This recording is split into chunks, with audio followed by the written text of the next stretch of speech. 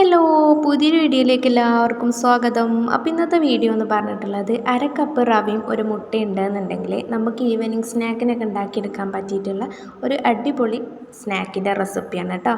അപ്പോൾ ഇതെങ്ങനെ ഉണ്ടാക്കിയെടുക്കുന്നത് നോക്കാം. അതിന് വേണ്ടിയിട്ട് ഒരു ബൗളിലേക്ക് ഇപ്പം ഞാൻ അര കപ്പ് റവ ഇട്ട് കൊടുക്കുന്നുണ്ട്. റവ വറുത്തതോ വറുക്കാത്തതോ ഏതായാലും പ്രശ്നമൊന്നുമില്ല. അര കപ്പാണ് എടുത്തിട്ടുള്ളത്. ഇനി നമ്മൾ ഇതിലേക്ക് ഒരു കോഴിമുട്ട ഒന്ന് പൊട്ടിച്ച് ഇട്ട് കൊടുക്കുന്നുണ്ട്. നിങ്ങളെ കയ്യിൽ തേങ്ങ ചിരകിയത് ഉണ്ടെന്നുണ്ടെങ്കിൽ അതും കൂടി ഒരു അര കപ്പോളം ഇട്ട് കൊടുക്കുക കേട്ടോ. പിന്നെ മധുരത്തിന് ആവശ്യമായിട്ട് ഞാൻ ശർക്കരയാണ് എടുത്തിട്ടുള്ളത്. ശർക്കര എത്രത്തോളം മധുരം വേണോ അതിനനുസരിച്ചിട്ട് നിങ്ങൾ എടുക്കുക കേട്ടോ. ഇതിപ്പോൾ ഒരു പാകത്തിന് മധുരമായിട്ടാണ് ഞാൻ എടുത്തിട്ടുള്ളത്. ശർക്കര ഒന്ന് ചെറുതാക്കി ഒന്ന് കട്ട് ചെയ്ത് കണ്ട് ഒന്നിട്ട് കൊടുക്കുന്നുണ്ട്. പിന്നെ ഒരു പിഞ്ച് മാത്രം ഉപ്പിട്ട് കൊടുക്കുന്നുണ്ട് കേട്ടോ. അത് ഓപ്ഷനിലാണ്, വേണമെന്നുണ്ടെങ്കിൽ മാത്രം ഇട്ട് കൊടുത്താൽ മതി. ഒന്ന് ബാലൻസ് ചെയ്യാൻ വേണ്ടിയിട്ടാണ് മധുരം. എന്നിട്ട് ഇതെല്ലാം പാടെ നല്ല പോലെ തന്നെ ഒന്ന് മിക്സാക്കി കൊടുക്കുക. തേങ്ങ ചിരകിയതും കൂടി ഇട്ട് കൊടുക്കുമ്പോൾ നല്ലൊരു ടേസ്റ്റ് ആയിക്കാരം കേട്ടോ. അപ്പോൾ അത് നിങ്ങൾ ഉണ്ടെന്നുണ്ടെങ്കിൽ അതെന്തായാലും സ്കിപ്പാക്കാതെ ഇട്ട് കൊടുക്കുക. എന്നിട്ട് നല്ല പോലെ തന്നെ ഒന്ന് മിക്സാക്കി കൊടുത്തു കഴിഞ്ഞാൽ ഇനി മിക്സിയുടെ ജാറിലേക്ക് ഇട്ടുകാണ്ട് ഇത് നല്ല പോലെ ഒന്ന് അരച്ചെടുക്കണം കേട്ടോ. അതിന് വേണ്ടിയിട്ട് ഇപ്പോൾ ഞാൻ കുറച്ച് പാലാണ് എടുത്തിട്ടുള്ളത്. പാൽ എത്രത്തോളം വേണോ അതിനനുസരിച്ചിട്ട് നിങ്ങൾ എടുക്കുക. ഒരു അരക്കപ്പോളം പാൽ വേണ്ടി വരും.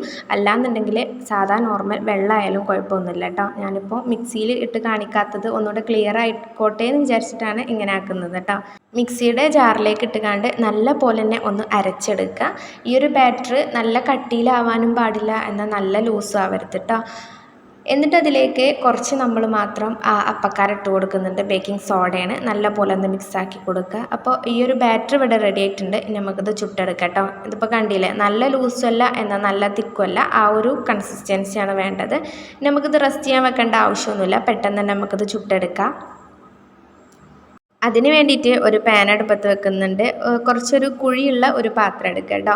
എന്നിട്ട് അതിലേക്ക് കുറച്ചധികം തന്നെ ഓയിലൊന്ന് ആക്കി കൊടുക്കുന്നുണ്ട്. ഓയിൽ നല്ല പോലെ തന്നെ ചൂടായി വന്നു കഴിഞ്ഞാൽ നമ്മളിതിലേക്ക് ഓരോ തവി മാവായിട്ട് ഇതിലേക്കൊന്ന് ഒഴിച്ചു കൊടുക്കുക.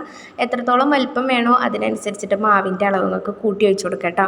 എന്നിട്ട് ലോ ഫ്ലെയിമിൽ വെച്ചിട്ട് ഒന്ന് അടച്ച് വെച്ചിട്ട് ഒന്ന് കുക്ക് ചെയ്യുക കേട്ടോ.